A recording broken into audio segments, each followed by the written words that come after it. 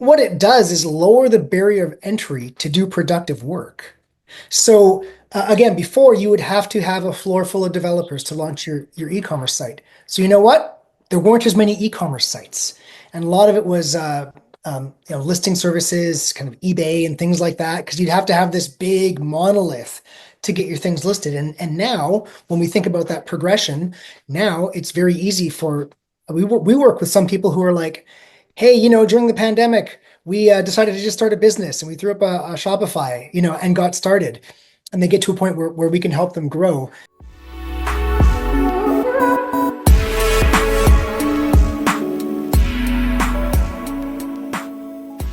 Hey, I'm Guy Powell, and welcome to the next episode of the Backstory on Marketing and AI.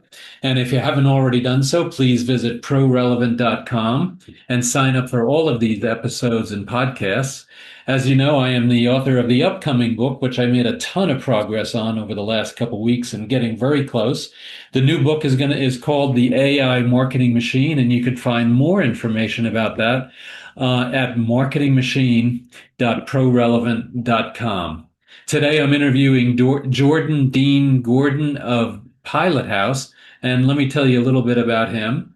He brings 25 years of experience in e-commerce and digital marketing, and with deep expertise in email, CRM, and customer retention. His career spans both B2C and B2B environment, including early roles at startups that scale to successful exits, including Amazon.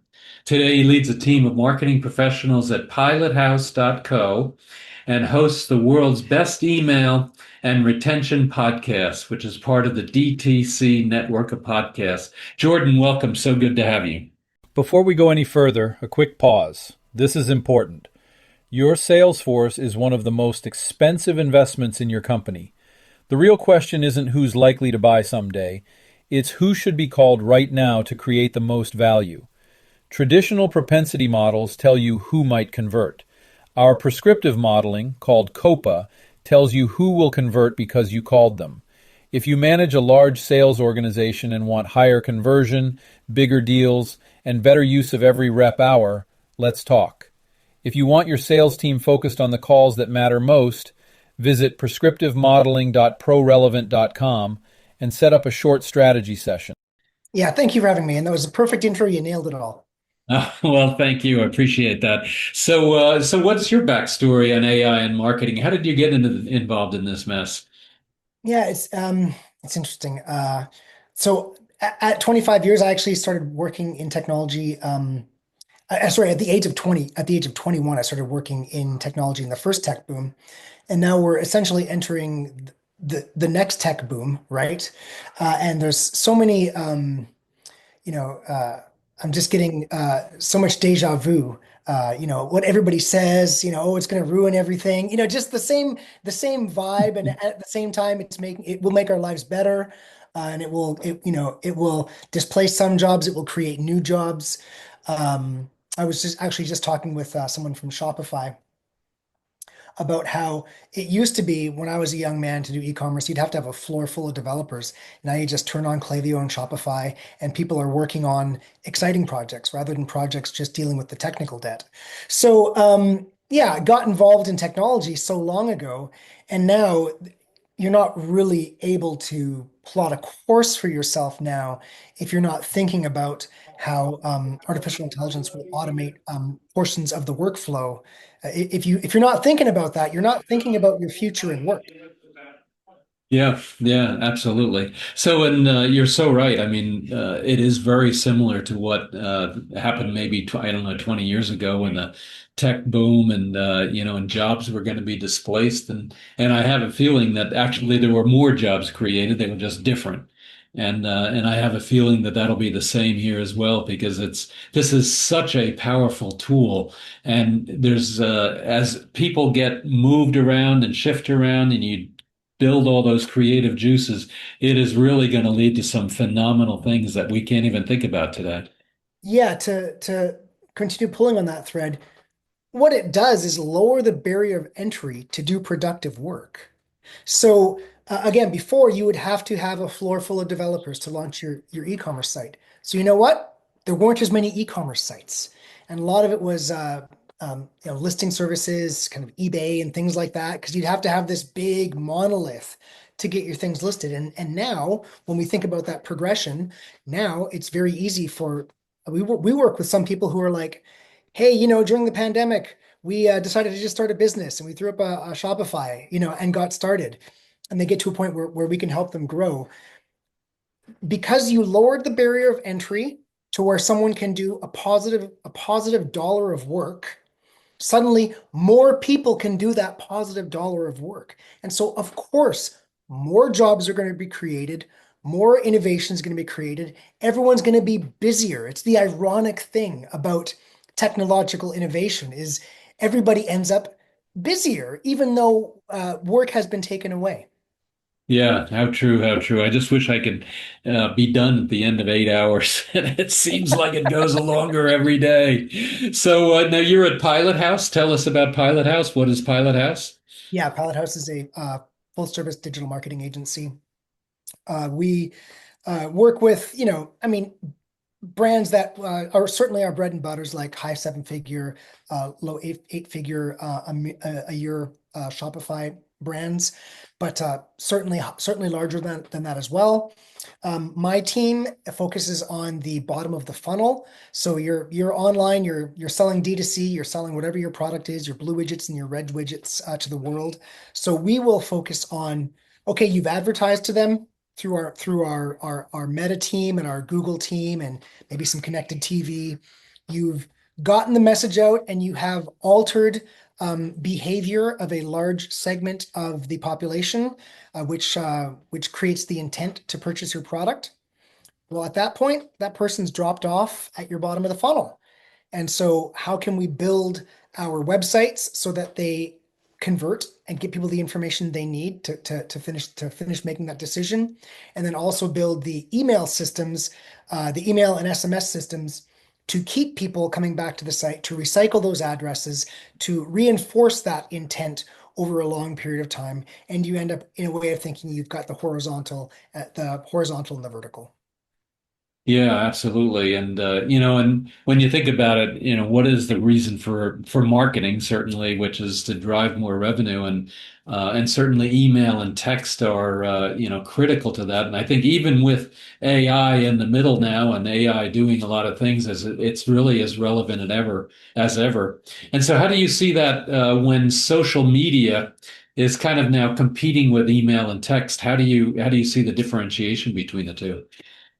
Yeah, it's interesting. I mean, like I ended up working a lot in email early on just because it just has great ROI. It's just like crazy ROI. And I remember, oh yeah, Facebook's gonna kill email. Right. Of course, I've heard two or three email killers over the course of my career. And I want to stress this first, just to have a model of thinking about new technologies as they come in. Um, Email did not get rid of snail mail. We still get mail in the inbox in our post box, right? Uh, and Facebook didn't get rid of email, right? Uh, Chat is not getting rid of search. It went around on the kind of X a while ago. Google made their massive blowout kind of earnings report, and they were doing more searches than ever, even though people are doing all this AI searching. So, an important model to think about new technologies is they don't displace. I mean, in some cases they do, but broadly speaking, they don't displace. They just start working together more. So, rather than thinking, oh, yeah, this thing's going to replace email, it's like, oh, no, email's there, and then Google's there, and then Chat GPT is there. And what ends up happening really is we all spend more screen time. The outcome of that. So, and as far as the staying power for email, an important thing to think about is that it was created without a profit incentive. Some very smart people in the 60s and 70s in California, just with the greatest intentions for humanity, gave us the gift of the internet, one of the most transformative creations in humanity. So my hat's off infinitely to those amazing men and women. And because it was built without a profit incentive, it scaled. it scaled Mm. crazy because there was no buy-in and it was open source and it was decentralized for a reason. It was so it would scale. And for that reason, also, being designed just for utility, just to work as well as mail worked, and not like, oh, I need to generate attention to make sure I can, get more ads in front of people because it wasn't designed for that reason. People's email sessions are shorter. They generally go into email, get caught up in their business, and then move on with their lives. It's not sucking them in like social media is. And for all these reasons, it just sticks with us, right? It was designed to be useful. So many people check their email before they kiss their significant other in the morning. So it's just, in my mind, it's just always going to be there. There's never been an email killer. And that has helped me every time there's an interest rate cycle and margins start getting compressed. People need low cost revenue, and fixing your email and also fixing your website are a great way to achieve that. It's funny you talk about the ROI of email. Every project that we've done, and we measure the ROI, and every project we've done is email is always, this huge ROI compared to everything else. And you're so right. I can't imagine it going away. I mean, I when you think about Facebook Messenger and some of the other things that are out there, certainly they add value and provide a new way to connect, but email is just it just continues to provide great returns and great ROI. But a lot of people get email wrong, and so tell us about that. What are a lot of people doing wrong in email? Well, um, so we have to think about retention and acquisition in different ways, right? They're different functions. And like just a core obvious difference is when, speaking from an e-commerce perspective, when we're when we're running ads, you might deliver a week or 2 weeks of ads to someone. It's pretty expensive. You're bidding against other brands, in Instagram or whatever, wherever you're advertising. So it's a very short window, and every week or whatever, there's a new set of eyes. And when you think about customer retention, you're speaking to the same person over a very long, you want to speak to the same person for 3 years, not 3 weeks. So you need to say different things. You need to have a more diverse message, right? You need to, some ways to think of this is if you want someone to stay in your audience for a long period of time, you need to find a way to make them perceive that you are helping them become the better person they want to be. Whether it's, I want to be a better rock climber, I want to be a better stock trader, whatever it is, your customer retention system is helping them be that better person. When you start thinking about that, I mean, that's not what you're running on your top of funnel ads, right? It's often more emotional up there. And in the middle of the funnel, you're trying to convert. So first, people aren't necessarily thinking about email as what it is. And to just um, pull on that thread in a more technical capacity, you need to speak to people for a long time and make sure you've got the systems in place.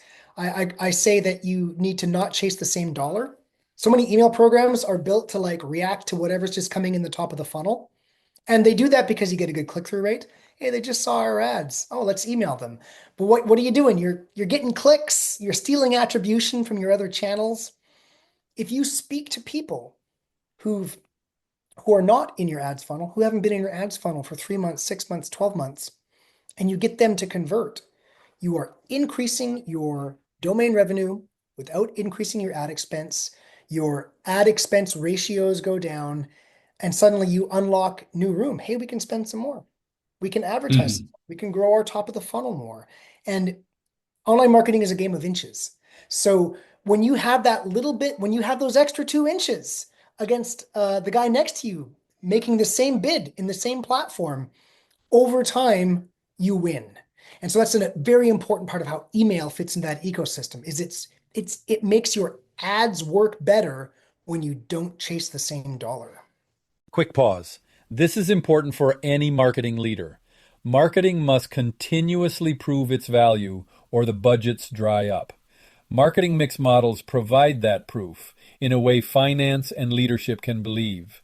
And we at ProRelevant help teams answer critical questions. Which campaigns actually worked? which channels really moved the needle, and where should the next dollar go. With over 20 years of experience across complex marketing environments, we know how to deliver clarity, not guesswork. To learn more, go to mmm.prorelevant.com and set up a short strategy session. And now, back to the podcast. Yeah, yeah, how true. And it's kind of like I like the metaphor of the layer cake. And you have all of these different media functions going on, the different layers of the cake. And email is one of those layers that's definitely a very big layer and a very tasty layer. And it really it can leverage the other layers, and it can also act on its own. And it can, as you talked, it can provide acquisition and retention. And so, what kind of things can people do to improve their, the retention and their email ROI? Yeah. Well, specifically, you want to improve your customer retention ROI, you certainly move to a more automated system, right? When you think about it this way, we see this a lot because I've got a team of 36 at an agency, and many people show up and maybe they're sending 5 campaigns a week or something like that, massively spinning their wheels.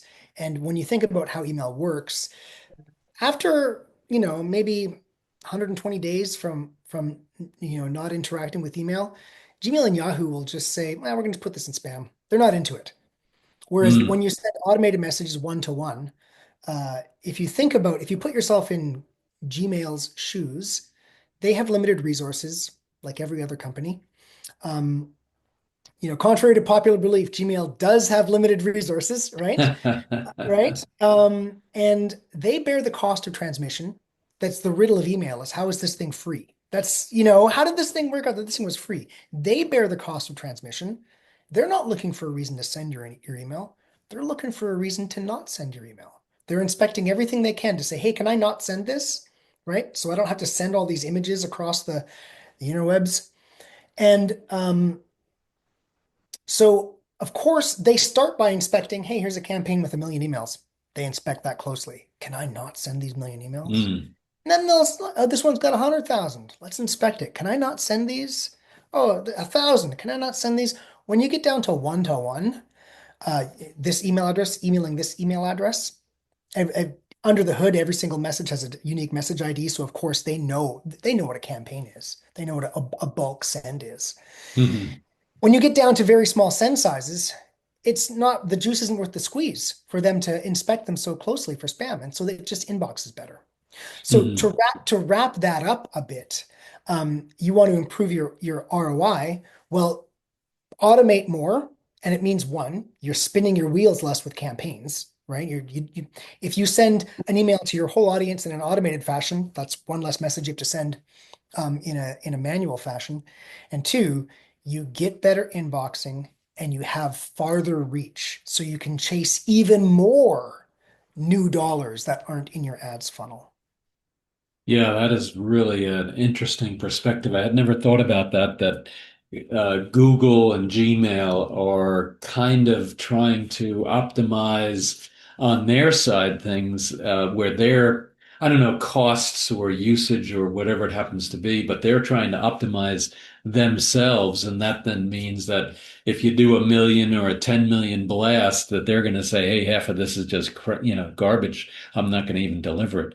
Wow, I had never thought of that. So I guess with AI, that's where kind of the hyper personalization can maybe come in and support Yeah. those kinds of things, where you're now doing what looks like and appears like a more of a one-to-one as opposed to a 1 to 1 million.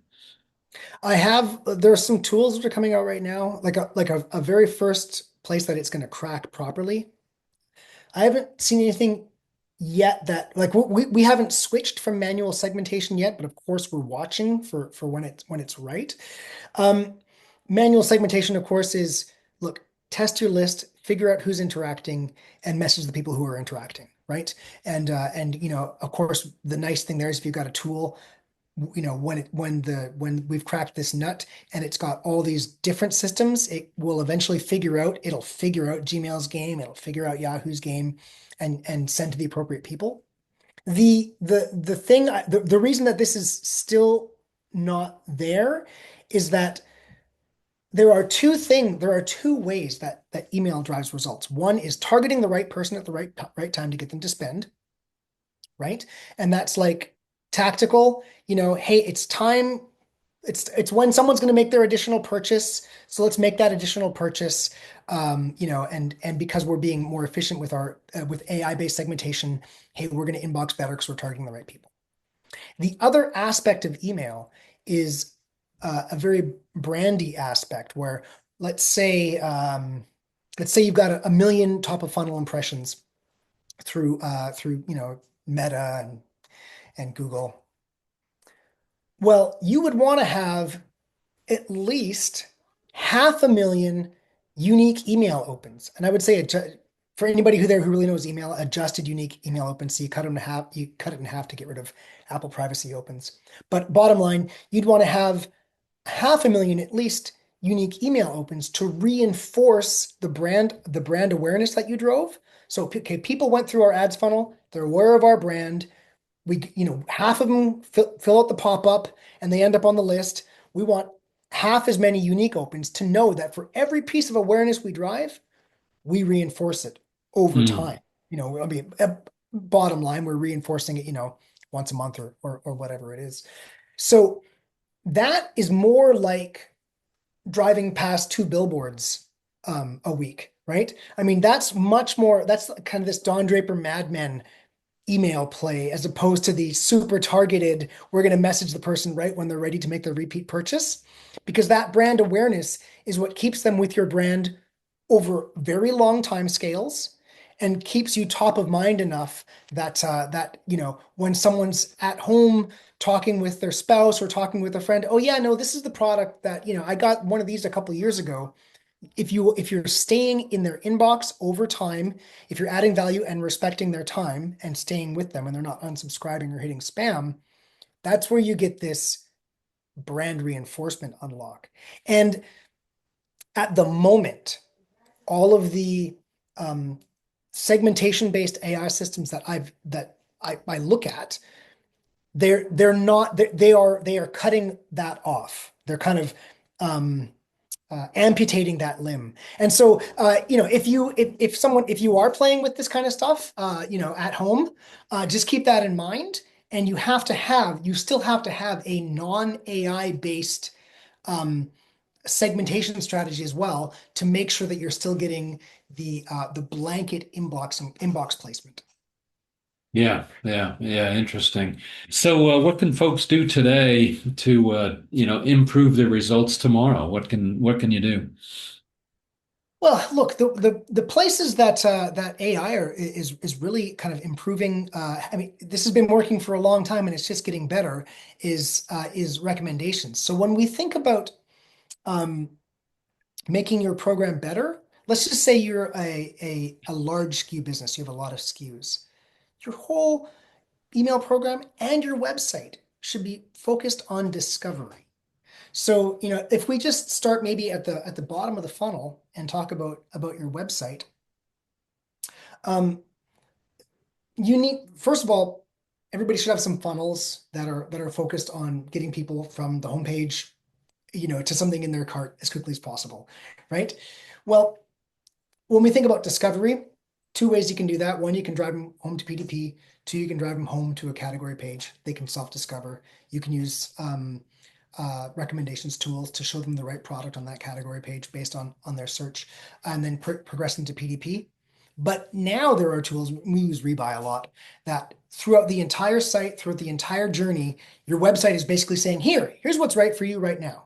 So everybody, if your site is not essentially through the entire site acting to show the person the right product or the right thing for them right now, well, it's kind of like having a store without a sales assistant. Everyone's just walking through the aisles. There's no one Mm. helping saying this is what's right for you right now. Um, Move that up into email. All of those exist in email as well. And if we think again using big ratios, if we think about uh, a post-click experience where you have twice as many adjusted unique opens as you do page sessions, which is very common. very common to have 2x as many unique opens. If you have a lot of SKUs, then and you build this product discovery through recommendations into your entire email program, because those can go on every email, then what you're doing is essentially tripling that number of opportunities to introduce someone to the right product. Because when it comes to recommendations, the one of the key inputs for you is how many at bats do I get? So there's within the AI, it's okay, am I recommending the right thing for the right person at the right time? And for you, it's how many at bats can I get this AI so I Mm. get more and more chances to show them the thing that interests them. So that's one thing you can do, is make sure that that discovery is built into your digital ecosystem. Yeah, yeah, it makes a lot of sense. And now, what about you talked about large SKU companies or brands. What about the those people that have maybe 5 or 10 SKUs? And any thoughts there? Yeah. Um, Well, I mean, at the moment, if you've got a smaller number of SKUs, your site probably has a lot of content that's very focused on those SKUs. And Shopify is launching products right now that it's like an FAQ product, but it's basically, think about old school SEO. It's kind of like old school SEO to get all the information for your product right into different chat programs. And look, the direction of this, of course. And when we talk about connectivity, that was in our little intro. Let's get into some of that intro. I mean, of course, the direction is going to be, I just say to my chat, look, I want this product, just get it shipped to me. And chat is going to interface with the shipping. Chat's going to interface with Shopify to make the purchase. And all of that stuff is going to come together and happen automatically for you. Well, we're already seeing the green shoots of that. And so, we talked a little bit about, the direction of the next leg of this amazing technological journey called humanity. Um, so at every single step, you should just be going out there, finding the next piece of technology and building it into your system. So right now, yeah, you got a few SKUs. That means your text, your actual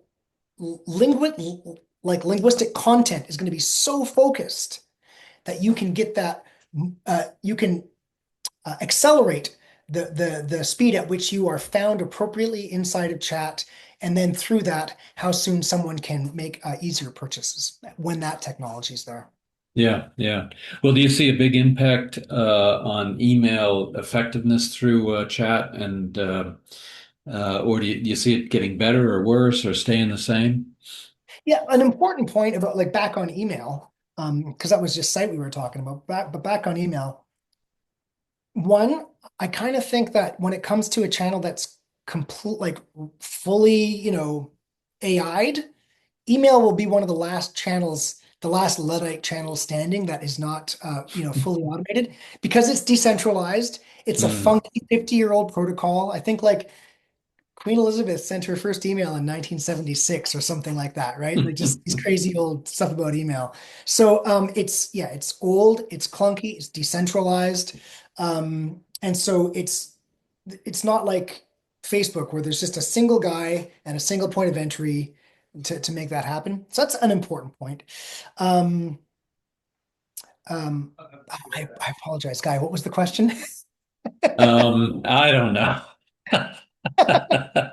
No, it was how would chat in how do you see chat impacting email and retention? Is it a positive thing, do you think, or is it a negative thing, or is it about the same? And do you see it changing over time? Yeah, yeah, the effects of like LLMs on email are slight at the moment. And this ties back into what we were saying earlier about precision. So bottom line, like, we're at an agency, and we're pumping out, maybe 5,000 assets a year or something like that, right? Just like churning out tons Yeah, of data yeah. assets. And we don't leverage AI a whole lot for our assets, because by the time you get that far down the funnel, this is a very important point. By the time you get that far down the funnel, you are showing people the product and saying, here's the product, here's what it does, here's how it's going to add value to your life. And because of consumer protection legislation, that stuff has to be correct. At the top of the funnel, you can have, you're drinking your espresso in front of the cafe, and it's just like some nice lifestyle shots. It's much easier to get generative content happening up there. I'll give you a very specific case. So let's say you're selling a sandal. Well, if the LLM produces a picture of that sandal on a model, and it was say it was a 3-strap sandal, and it produces it with 4 straps, that's no longer the correct product, Right. right? And so that is a bait and switch. If someone buys that product and it comes with 3 sandals, you are now um, uh, um, well, you're Well, you screwed up, that's for the sure. word. Yeah, you're liable. Sorry, you are the company is now liable for that. So if you were like Urban Outfitters or some big, huge company like that, if you were some billion-dollar company, that liability is important. I remember working uh, Mm. at a really big company that I worked for in past, and the marketing manager once said, like, "Look, I'm being sued at 4 times always." Like at 4 times, always. There are 4 people ambulance chasing, saying, "Hey, I saw this in your terms and conditions, and it was a day late." And because of that liability, they're getting sued. So to wrap all that up, look, what we're doing by the time we get to bottom of funnel is so precise that we cannot really lean on AI. So yeah, so it's there's all these reasons that email will kind of be like this last channel standing. But where I see it happening, like this is something that I do find exciting. Right now, email goes out and it's kind of it's designed, we've got designers who are making, beautiful looking images. I see, a future where rather than that, it's actually just a fully text message. Before we got to a fully designed one for all the reasons that I just said, it's going to be a retention message where someone comes to you and goes, "Oh, hey, you bought that blazer, a couple months ago. Look, here's a 3-pack of shirts that are going to match that perfectly. Why is it going to match perfectly? Well, that one's burgundy, and we're picking a pattern, solid pattern. You know what I mean? Just like the whole Hmm. the whole knowledge of why that product matches the new product is owned inside the LLM. They can pull that out, and that's subjective. Like no one can go, "Oh, well, that was a lie. Pattern, solid pattern does not look good." Like that's so there are ways that it's going to crack and it's going to come out and it's going to be awesome because then you've just got your style assistant at the Mm. brand. The brand has just turned it on because it's built into a bunch of products, and the style assistant reaches out and just starts helping you build your wardrobe. That's exciting. I'm still waiting for that one, and I know it's in the works in different products out there. Yeah, well, that makes a lot of sense. Wow, you've gotten some really great, well, experience certainly, and some great ideas and understanding of what's going on there. I'd love to be able to spend more time with you, but I've got to unfortunately break at some point. But I do have one last question for you, and that is, what advice would you give an up and coming new marketer in this era of AI and marketing? Hmm. Yeah. Well, certainly, as execution will be the thing that is kind of offset by AI. It's owning the strategy. So owning the why would we do this? Get focused less on swinging the hammers. The AI is going to swing the hammers, and really focus on how the digital ecosystem works. Whatever part of the digital ecosystem you carve out as yours, if it's email or website. Um, Carving out the part that you want and really understand the why. Why would you do this? Um, that's first advice. Second advice, well, listen to the world's best email retention podcast. Absolutely. So fantastic. Well, Jordan, thank you so much. So, well, tell us about that podcast and then tell us how people can find out more about you and your company. Yeah, I am the host of the world's best email retention podcast. Um, we do lengthy episodes. A lot of my episodes are 40, 50 minutes. And I just talk about uh, like how retention works, how speaking to someone over time works, how increasing LTV works, and how building funnels on your website to improve conversion works. So it's educational in a way. I do have guests, and but those guests are products that we use. We've got a team of 35, 36. So, we'll go on and say, look, I've got this one coming up. Here's our heat mapping software. Meet the people from the company that we use for heat mapping and hear them talk about why their product's great. And that just helps people. It, when you think about our core customer has reached a size that they want to, you know, leverage a team to run their whole show for bottom of funnel. So the podcast is there to get people there, to help people grow, and also when they show up to have them understand our playbook a bit, and already have started a bit, so the system's already warm, and we can just shift them right into high performance. So for us, the for me, the benefit is of the pod is one, it's a place for me to it's a passion project, and then two, to warm up, future customers and give them the best knowledge I can. Fantastic. So, where can they find out more about you and Pilot House? Yeah, pilothouse.co. You can come and fill out the lead form and talk to me directly anytime. I'm on LinkedIn, and I'm also Jordan_Gordon on X, formerly Twitter. I'm not super active there, but I'm there. And mostly just come and check out the World's Best Email Retention podcast on Spotify, Apple, uh, YouTube, and all of that just leads to pilothouse.co, the agency. Fan- Fantastic. Well, Jordan, thank you so much. And really appreciate it and some very interesting perspectives. And I really like what you talked about in terms of the other side of the perspective of Gmail. That made so much sense. And really, it kind of brings everything together as to why your emails may not be getting through. So fantastic.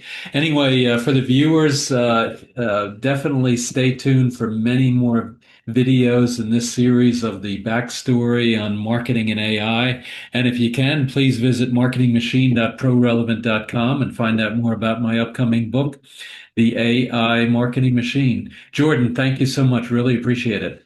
All right, thanks for having me. Absolutely. Thank you.